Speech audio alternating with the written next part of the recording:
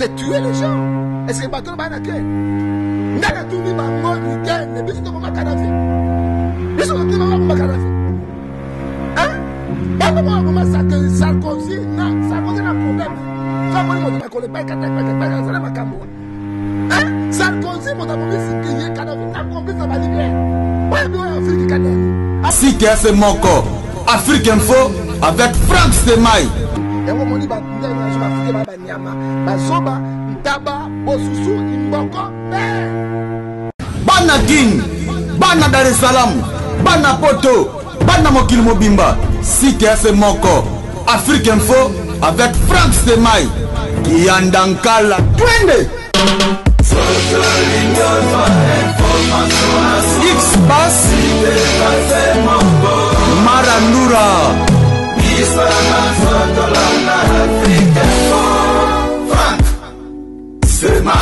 De vous avoir nombreux et connectés sur votre site www.africainfo.net. Mesdames et messieurs, comme vous le savez, Africa Info, c'est un site qui vous livre les analyses des activités sur les enjeux de l'heure. Alors, aujourd'hui, nous allons devoir parler de cette vente aux enchères des migrants comme esclaves en Libye. Et notre invité n'est plus à présenter, c'est avec lui que nous allons devoir débattre ces sujets qui bat son plein partout ailleurs. Il s'appelle Prophète John Ngefa, Alliance La Mort de Jésus, à qui je dis bonjour prophète. Bonjour président Reagan. Mon Dieu te bénisse parce que oye na émission très capitale. Moi, en tant qu'un prophète, l'homme de Dieu, les Cambodgiens salent pour la bande de Konanga africain, n'a pas de la criminalité. Ce qui n'a vendu qui n'y a pas de complice. Et persécution sont pas si na motema, pas si il y a pas si il y a pas si. Mais peuple noir, mouta salen zambé. Hein? Pourquoi peuple noir parce qu'on m'a traité yeboye le coup la banyama ya zamba. Et persécution pas si président Reagan, les gens n'ont pas lobby africain polele.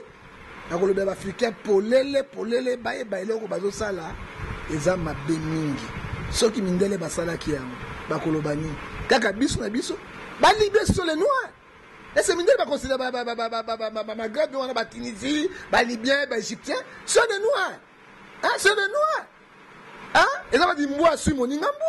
Alors ngai en tant que mutu nzambe na kotika la te koloba, il faut na loba na fungola ba africain nyonso matoyi. Et ça RDC mais ba africain nyonso matoyi parce que les Camerounais ça mal sauté. Africain noir. Africain noir?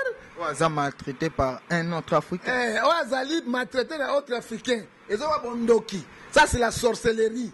Sorcellerie. Un Africain noir, Azali peut maltraiter un Africain moussous. Ou il y a peau jaune. La peau blancheté, la peau jaune.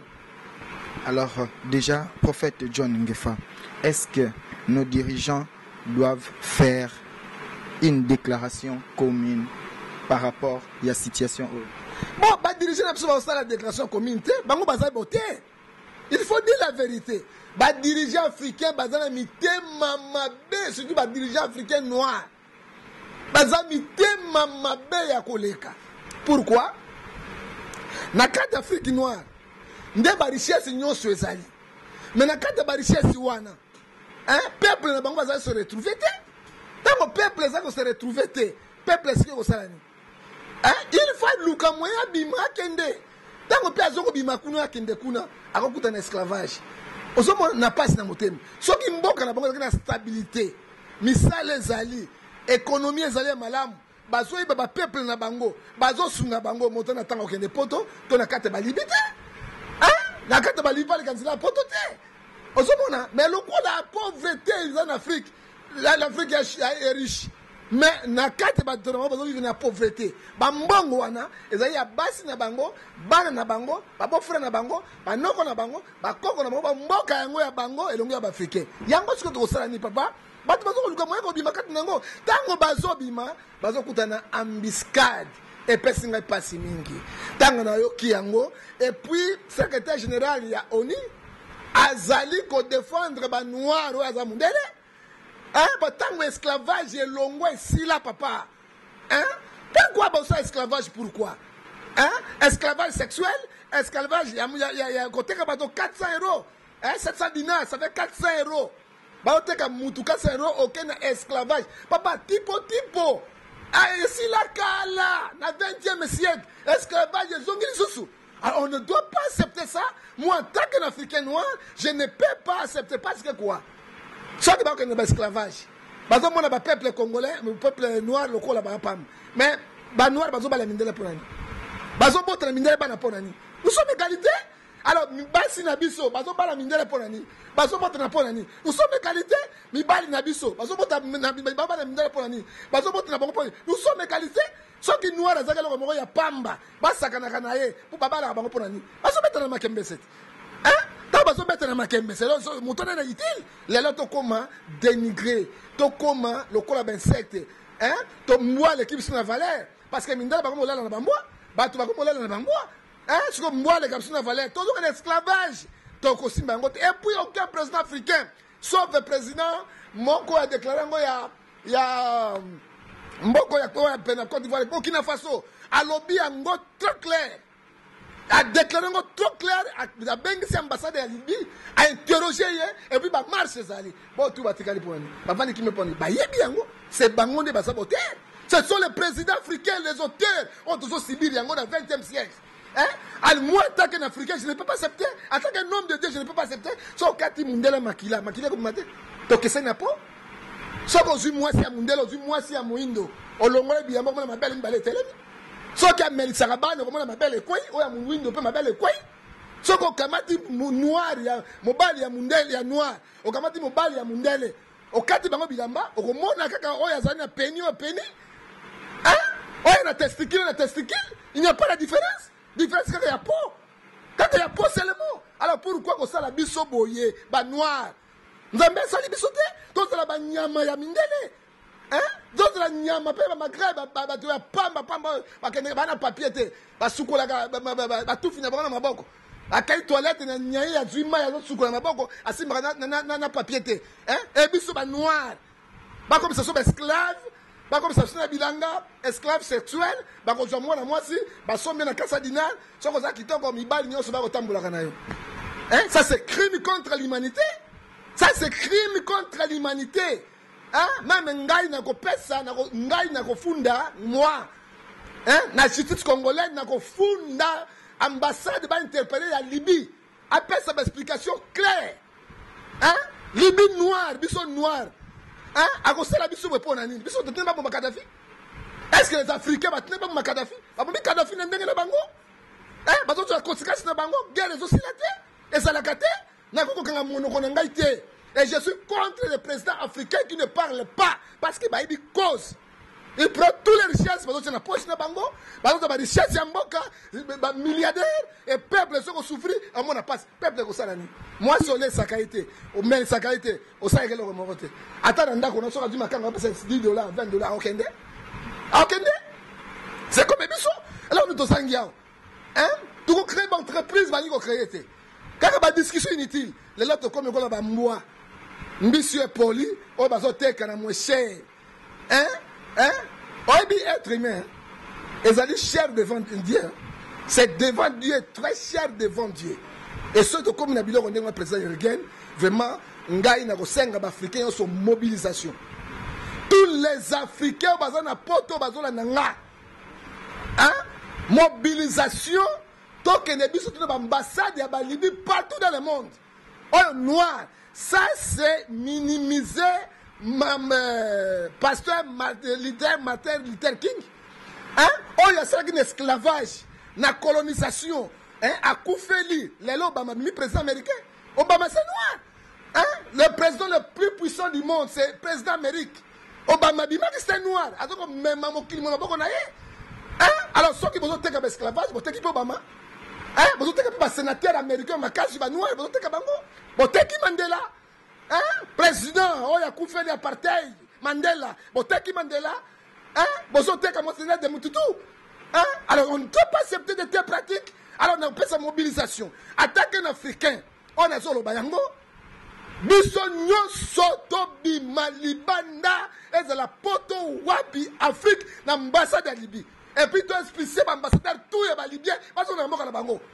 Hein? Et c'est inacceptable, tu as dit, bayango, te et ça les makate. Ceux qui m'indent les bazos, pas si wana. Et nous les noirs, tu vandi, kimia, Personne qui parle. Aucun président qui a déclaré son président Burkina Faso. Parce que bayebi, papa. Bayebi loko basalaka. Ce qu'on moni ngando. Na kati ya mai. Ngolo aye. Bande kolanga ngando azobela. Ndima ngolo parce que ngolo na ngando basana sia mai. Ozomona. Na mo seleka takana sia mai tanga ngando obela ndenge. Ndima yango. Lelo on va dire bouche bée parce qu'il connaît bayebi. Il faut qu'on benga na ba président africain. Oh, bazali ba dictature, ba 15 à 20 ans, ba longo la ba pouvoir. Ba tika ba président démocrate. Oh, ba un souci à peuple. Oh, ba na po. Oh, Mariam Ngouabi. Le président le plus pauvre du monde, c'est Mariam Ngouabi. Là, na Brazzaville, ba la Mariam Ngouabi. Mariam Ngouabi a soumis Mercedes. Attends, moi, je suis à Peugeot 504. Pena vélo, na zo tambo na poko. Bo subo tuna bi, ngai na resomba Mercedes. Na resomba kamene de luxe et pas peuple na ba zo souffrir. Regarde le président. Et donc, ba ça soutient. Et donc, le président a dit que regarde un président. Mandela, deuxième président le plus pauvre, a couvert pas même 2 millions de dollars. Mbongo nyo ce salaire qui a tiré pour l'amboka na famille Mandela, les pauvres. Regarde Mandela. Hein? Talo ba koti lelo oyo nani. Ozuma. Oya mutungu bawana. Hein? Zuma wana. Hein? Moyibe paye. Oyo kalo beta koloba. Alors, ce que nous déclaré les Africains. Parce que ça les macaté. Parce que ça les maté. Moi, en tant qu'Africain, papa, je ne sais pas si je suis pour la canne africaine. Je ne sais pas si je suis pour la canne africaine. Je ne sais pas si je suis pour la canne africaine.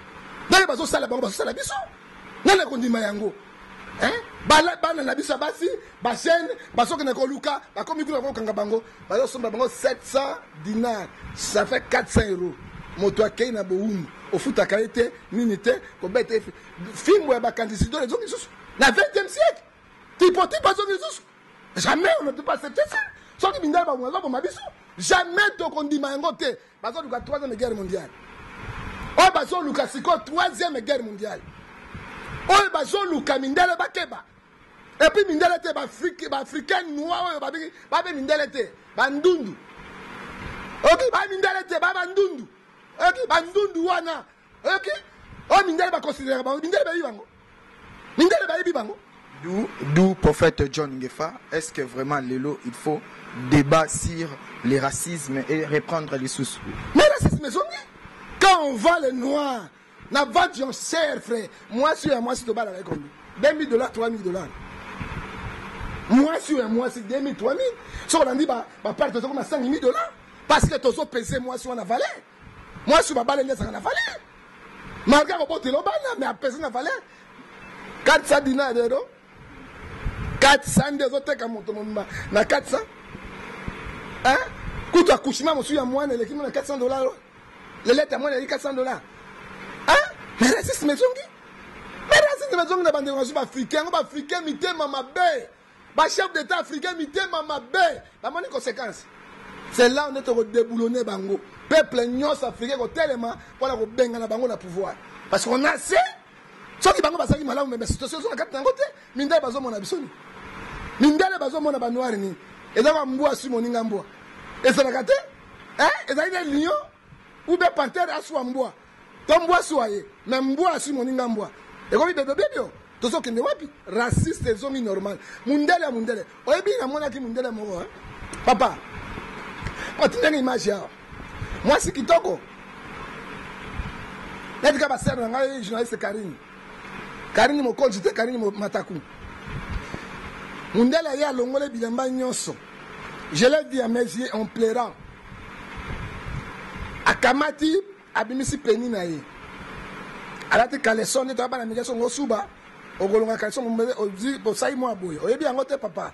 Nale ope do sa mais là to comme kitsaboy o salika etenga mi mo keboy sikoyo moi sur atikeni abi funga munokono je l'ai vu moi et en pleurant nzambe o sai biso bato moindo pona nini to mona ka ba makambo ndengo yo soki tozaki pe mindele yango belika mbe osali mate asubele masuba na tolo mabele pe moi samba ekoya charra siko abi funga munokona funga munokona abani ko subele na munoko charra masube zo kitao bakomi regarde comment les femmes africaines font en Europe soka ina poto na oti poto na mbongo tala misala wana C'est humilié. Azobozo humilié race mosusu nzambe asali race oyo. Papa, race oyo ko humilié yango. Est-ce que mundele ko sala moninga mundele bo? Azuri penina fungoli bo ala bana subele na munoko trrr. Bazo filmer yango. Tozo kende wapi? Na 20e siècle. Tokomona makambo tokomona te za fin du monde. Hein? Makambo ya kala ezongeli lisusu. Soki to telemite Afrique est dans la colonisation. Ce qui est télémité, il y a Donald Trump. Donald Trump, azoloba, Africain, bazoba. Ils ont des richesses, mais leurs dirigeants sont mauvais. Parce que mbongo ya bangonde bazo lia bazo sakana yango. Hein? Les autres comme la conséquence bon. Est-ce que biloko tukundi mango tango na mona eloko wana na leli na binzami. Pourquoi kaka moindo? Pourquoi mundele te? Donc pour ce moindo uti wat. Yango moni luambo embaki. Nzambe na komitu na kao. Tikanga na emba papa. Tikanga na emba Rigen, tikanga na emba président. Nzambe na komitu na kao. L'opposo moindo e utande wapio ana raison. Voilà vers qui c'était beau. Si vers qui ça emba yango. Hein? L'opposo moindo e utande wapie. Banjelu ya nzambe bangonde mindele. Yesu mwana nzambe yende mondele. Nzambe ye moko yende mondele. Marie mama na Yesu yende mondele. Joseph ye moko mondele papa. Na ibisi verkise rasi moindo nzambe mutasali. Nzambe mutasali papa. Et utina ebimi boite c'est Dieu qui a créé. Nous sommes le même pied d'égalité que les blancs. Hein? Nous sommes le même pied d'égalité que les blancs. Donc bitika ba samu sakabiso banyoko la kabiso boite ezali pasi africain totel mabiso nyonso totel malikambo yo po ezongela lisusu te et on va condamner ça avec l'efficacité même nzambe na lola azako silika na iloko bazo sala yango ezala kate. Prophète John Ngefa, tout le monde a déjà na bakala, déjà ba écrivain noir, basalaka bloc moko négritude pour na ko lutter contre idée pour na ko valoriser ou soit ko lutter contre identité à l'homme noir et ko promouvoir ba valeur ya noir mais lelo en plein 21e siècle tout le monde a ba bloko ya boye. Est-ce que lelo tokoka ki ko rejoindre Salif Traoré au azamoko moko ya ba leader ya Magic System à lobby, c'est une humiliation pour l'Afrique. Mais oui, Salif Traoré c'est l'humiliation pour l'Afrique. Hein? Au moins le président Rigen ba confi na ba héritier na ba batika ko mbrouiller batou. Batika ko mbrouiller bateau. Ba confi ba héritier ba wera ba tout ça na confi na batika ko mbrouiller batou. Tali kama munene ngoi. Qui monte dans Magic System. A tellement eloko yo. Arabe ko sale maté. Ya zali musicien. Afla Blondie a lobby yango. Ozomona. Sofiolo MDP a dénoncé qui a dénoncé qui nini? A salé vidéo a lobby a salué initiative lancée par Claudicia que non, il est pas au compatir. Il y a au compatir moto bossa au sala maramani ko foli misete. Tanga beta ba danseuse na pou aye bango te. Hein? Tanga kamata be bato esclavage sexuel. Basi wana ba funda bango partout baza. Ya bien ngote. Oza ba preuve. Ah ça papa l'écran la télévision ba tout ba bien ngo. Mais bato fundi na Kenya to na Kenya kende kuna beta ki mona mwasi wana. Esclavage sexuel. Asali vidéo na ya lobi yango. Ya bosa koma misi yango nani? Ya Afrique to Salif Kaita to nini? Atangi yango. Ozomona ako compatir na yango. Mais makambo esale makala pourquoi ba dénoncer que inventer ba dénoncer que inventer soko zibana ya batu ya basi ba danseuse na yo okangi bango na ndako mibali bakota te yo moko nde ozo sakana bango beta bango makembe se ndenge oligi motema ezaini esclavage sexuel c'est l'esclavage sexuel parce que moi si azawana soki andimité même basi na bisu ya ndako yo kana nebisa yo soki o préparer te bokomi kana ndako boye na butuka yo bandika kokola soda ilongo elamba diga soki ya boy soko sana makasa funde komi déjà nini violence on violé parce que asali le sengo na ite il faut préparer moi si na yo même ndako ko préparer banda moyi akomona ba geste wala bi ah bobai nanga na posa na ngai ba geste ozomona maso akoti na chambre boile osimina mwa libela tika otala bana te ayebi déjà likambo parce yaka na mama yake na bona mwa dendo osimina mwa dendo yo bo lekisi ayebi yango okomona 20 heures asukoli mai abongisa ndike mobali na posa na oyeka kabukwa soda di yaka di fungula di yala ko nini ko di na tout papa soka kangi avec afundi yo za violence ne ba misie basala kawana ezaka ba esclavage sexuel ezaka esclavage sexuel to boy biloko wana to telema biso sur africain to benga na biloko na misika pe to punir ba libyen so ni libyen bandi boy ba teka bango wapi na Yemen ba teka bango wapi na Tunisie ba teka bango wapi na Maroc kaka ba pays wana bango ba Algérie kaka ba pays wana bango to ba complice libyen biminde moko mais bango tu vas complice nango pourquoi parce qu'on a peau noire et la peau moins inférieure na bango mais j'ai dit non noir Nzambe Salé nous sommes le même point d'égalité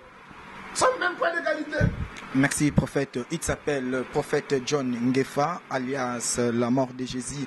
Mesdames et messieurs, vous allez remarquer Aza vraiment n'a pas sinamotema et même nous si jamais nous sommes ici aujourd'hui c'est parce que après avoir regardé cette vidéo sur CNN on était vraiment surpris et stupéfait, raison pour laquelle tout le monde toyaki tozoa point de vue à prophète et puis bozomona binomoko comment prophète a touché et azokende même au-delà andimi bakangae andimi mabe koma mais sauf que cause tozobundela ba noir lelo ezala quand même réussite ou et lokomoko biso to gagner. Alors prophète, est-ce qu'il est temps déjà il y a chaque état à kendeko luka oya eba ressortissant déjà ko battre la nomba oyo nomba teki bangote, est-ce qu'il est grand temps? Oui, il est grand temps pour nanga un pays est responsable tant makambo salemi na yokaki ba maroquette ba Côte d'Ivoire et tindi ba avion na bango ko bimisa batu na bango bazonga na mboka na bango bazonga na mboka na bango et puis na bimisa ba ninga na porte za paradis.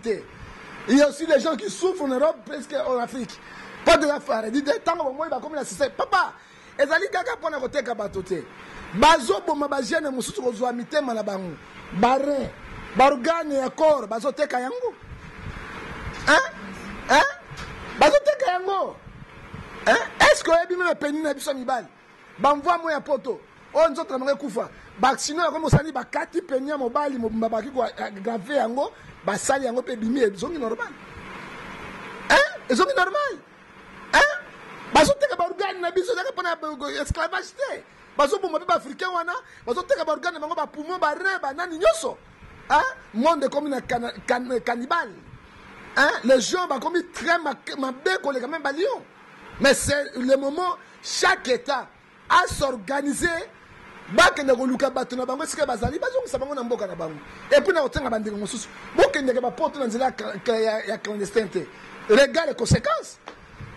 Ça la démarche bien normale quand c'est dans l'ambassade ça la biloko na yo OK na voie normale bozo kufa bozo tsikate pour le moment motango tazo na mboka na epe to senga ba dirigeant africain ba fungula mitema na bango ba mbongo ba iba ba zongisa na mboka bazo ba entreprise ba sala misala ba to baza embaucher ba ko katsaka ba Méditerranée na kat na nzela makolote tala leo to comme humilié à cause de ba chef de l'état africain à cause de bango mitema mabe ba président africain soki mboka ngo ya bango wana za royaume te eza royaume te mboka ba père na binote ba mboka ba mama na binote eza mboka ya mboko yo koti bozo mboka ba président africain azongeli yango OK ba président africain ataki koma moto te na ba président africain ba mboko bino ka sa ngo eza ba mboka ba mama na bino na papa na binote et c'est la république oya sala koku ya zongi bon son cabaret de pouvoir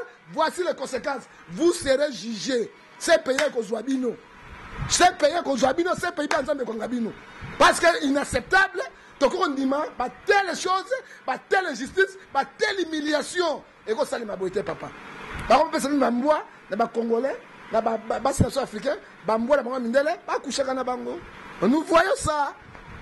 Inacceptable, on ne doit pas accepter ça. Prophète John Ngefa, prophète. Lelo oyo, na stati na oyo ya mosali na Nzambe.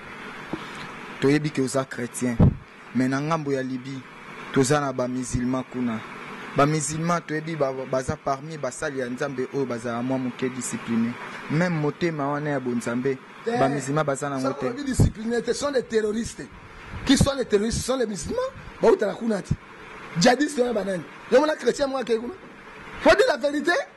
Hein? Il y a quelques-uns. On va monter ma bonzambe, mais plus pas sont des terroristes. Montazo teka muninga na moto. C'est un terroriste. C'est un terroriste. Hein? On a humilié muninga na noir. C'est un terroriste. C'est un terroriste, mes frères. Hein? C'est un terroriste. Hein? Créons l'homme à notre image, à notre ressemblance. L'homme est cher devant Dieu. Hein? Mais ozo kabamut. Agana okouf. Ba nyoka suaye. Ya ba désert. Be ba moyu wana papa. Ozo pesa moto litre moko ya mai. Na ki prison ba otia bango na Tripoli, ba so pesa bango par jour demi pain. Demi bouteille ya mai. Pain na moyu ya makasi. C'est terroriser les gens. C'est tuer les gens. Est-ce que bateau ba na cœur? Ngana tuni bango rigene. Biso to boma Kadhafi. Biso to tuni boma Kadhafi. Hein? Bango boma Sarkozy na problème. Ça moni moto makole pa katak ça na makambo. Hein?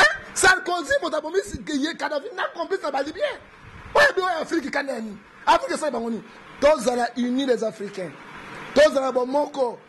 To bunda na cause oyo. Ezonga suscité. To condamner avec efficacité. Mais tout le monde a réaction à biso pour refouler motu ambassadeur nyonso ya Libye na batonaye bazonga na mboka na bango ba africain bazonga na mboka na bango ba discipline to ko bongisa kasi soki bote yango moni ba ndele na zo ba africain ba nyama bazoba ntaba bosusu imboko be. Prophète John, pour te koma vraiment na souka. Ndenge toza dia bo to komi na souka émission na biso parce que au lobby vraiment au essentiel mais la linga qui quand même n'a pas na bino basali en Zambie. Est-ce que vous devez aussi faire quelque chose? Mais peut-on faire quelque chose de papa? Oyebi Israël qui na boumbu 430 ans na Égypte. Quand ba africain oyebi ba kana na Syrie. On est arrivé bon na Europe, les États-Unis d'Amérique, quand en Afrique, hein? Farah sali bango boy. Mais mokolo moko. Balele pa na Nzambe. Nzambe kanisi alliance na bango. Akangola ki bango na nzela Moïse abimi. Il faut changer tous les présidents africains. Il faut changer tout avec S. Il faut changer bango, ba président mosusu ya Sikabaya, la idéologie au ba bi passe ya peuple. Ba matière première na biso, richesse na biso, to mere o kabule yango na population. Okomona biloko ete. Okomona yango te papa. Ça ils m'ont touché $2000. Ah OK, na poto te. Poto ba salaire à $1500, $1200. Là c'est à combien? $10,000, €10,000. Non, quand 1500 ba $1,200. Hein? Motakomona na kono nyoko maka na poto na ndelete. Hein? De préférence, nous avons 1000. Ce qu'on faut dire moto €1,000. Na mbongo tout ça au salaire. Hein? Salaire à président de la commune. Eh ben regardez. Ba salaire ministre eh ben regardez. Ya ba conseiller président ba eh ben regardez. Bazo dondo ka bandako na ba tala bandako na bango na poto na belé mbongo bazo yi bakati na. Faut retrouver cet argent en Afrique.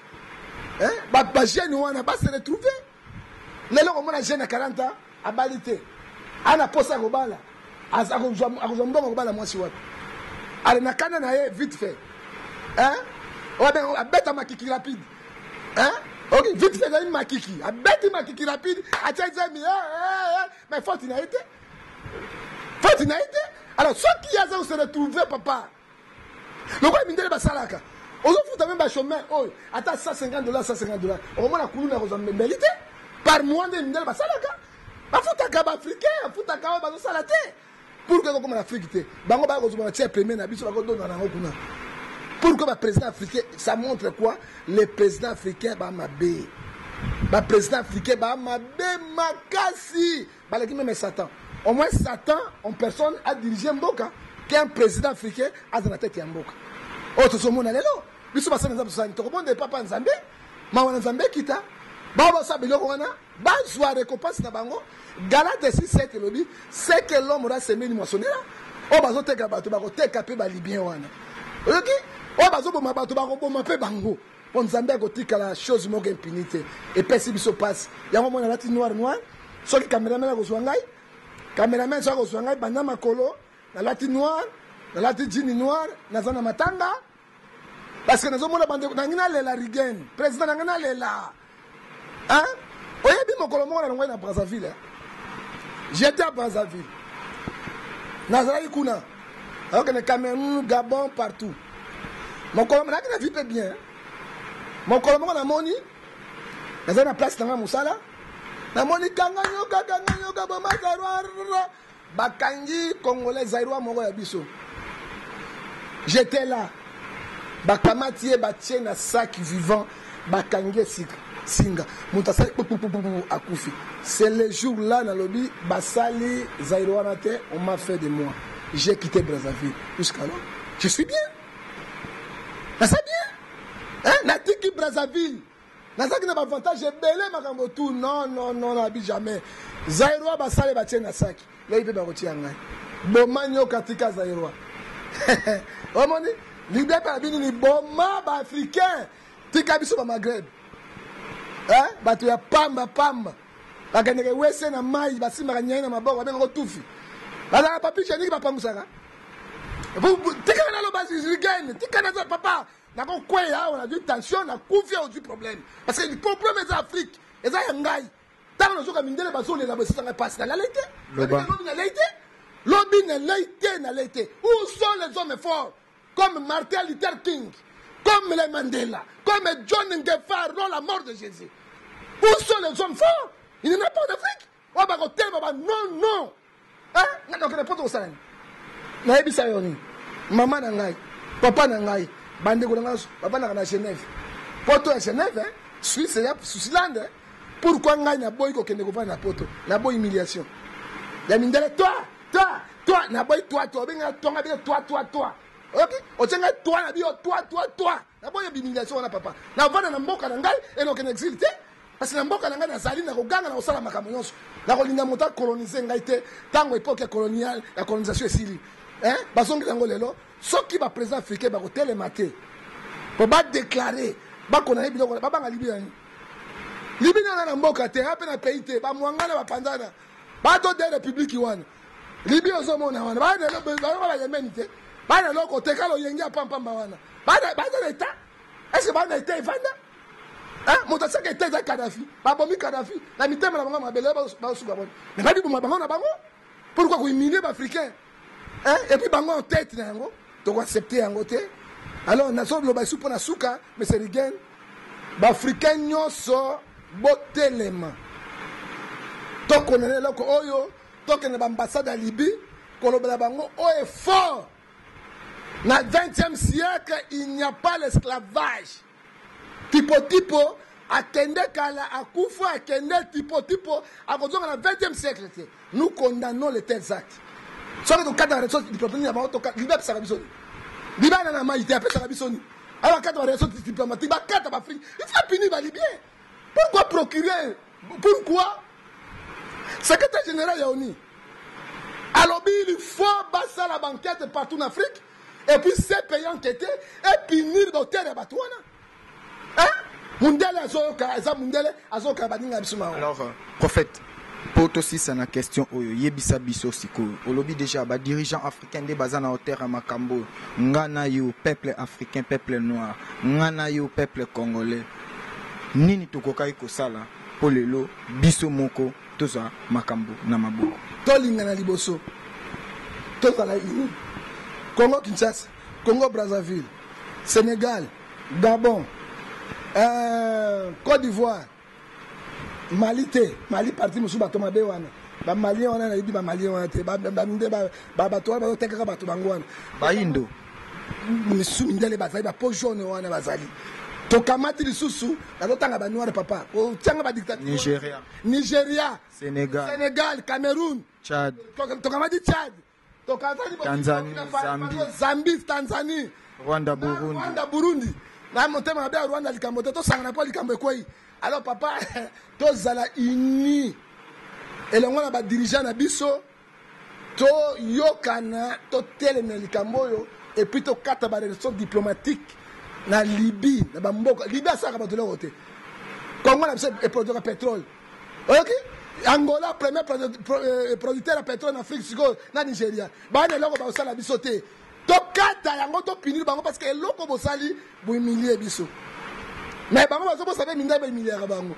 minda ba yi bango te ata lo poso bango jaune wana mabe wana o e gata wana lo poso e gata wana papa minda ba yi bango te ba humilier biso to za bomoko to tika ko swana pamba biloba loba ko fingana ka ba musicien banani to za imi to bunda na likambo yo to zona suka Martin Luther King na baninga na ye ba gendarme na ye babundaki États-Unis lelo est commis déjà démocrate peuple noir bazana même égalité que les noirs pourquoi ba noir ceux qui donnent ngote mais c'est rigen et ko za mingi lokola bango ba yebi bana mbongo na bango na Tunisie ba bomba na ba Libye ba bomba na mama Maghreb ba président africain ba koloba te so ba ko bloquer mbongo na bango ozomona. Et deuxièmement, il faut débarrasser tous les présidents africains. Dans la élection, on a tout bâti à battre à Sika. On a richesse. On a mboka, on a redistribué, on a peuple, peuple mboka, on a mboka wana, on a makambo ekosila. On a envié poto. D'ailleurs, on a poto, on a besoin en Afrique. On a poto, besoin en Afrique. Poto on est là côté. On a besoin en Afrique. Alors, ce qui est yoka nango. Ndeko tambola malamu tokozala bomoko na bolingo pe na bosalisani eloko na koyebisa yango et le Kotokangi vraiment africain, il faut tous avoir vraiment un amour entre nous. Parole, il y a prophète John Ngefa, vous étiez nombreux en train de nous suivre. La baronne de Genève, Mama Tete Liengo. La baronne de Genève, Mama Tete Naokaki déjà au Lubaki. Bino déjà pe Nangambo ya diaspora, Bozo Sangana Pobo Sala. Et le Komoko par rapport, il y a événement Oyo, ou soit et le Oyo Komeli Ba africain. Sans oublier, merci ko, il y a Gobelisha, la première dame de Lausanne. Il y a Gobelisha, ba parents, il y a Ridge, Andy. Louawa, un enfant, pas comme les autres. Mon ami, bon rétablissement. Nous sommes de cœur avec toi. Biso Africain Fondenka Kezalaka. Sergino Munzila, ya Lorraine Chika Munzila. Masolo toujours.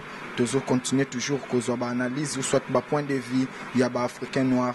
Toujours continuer toujours que Luka Bango. Joël Kanda Lux, depuis Londres, le Lux a un nom. Masolo toujours avec le prophète John Ngefa. Boyena Rope Sahel sous parole. Pour appeler Sabiso, dernière, comment dirais-je, message nae Yasuka, et puis Tossil Sanaye, Fatima Miguel, famille royale, Yannico Hitler, donc Bogar Mokobo et Fatima Miguel, ma grande sœur Lina Munzila, Lina Munzila Touareg, je te salue, là où tu es, ma solo toujours Ndenge Zalaka, Jordani Munzila, Waka Waka, Ki Mbangu Yesu, prophète de Komina Suka, Lilobana Yesu. Nzembo moko, pena Sukisa, na Liloba Suka, parce que na Zoki.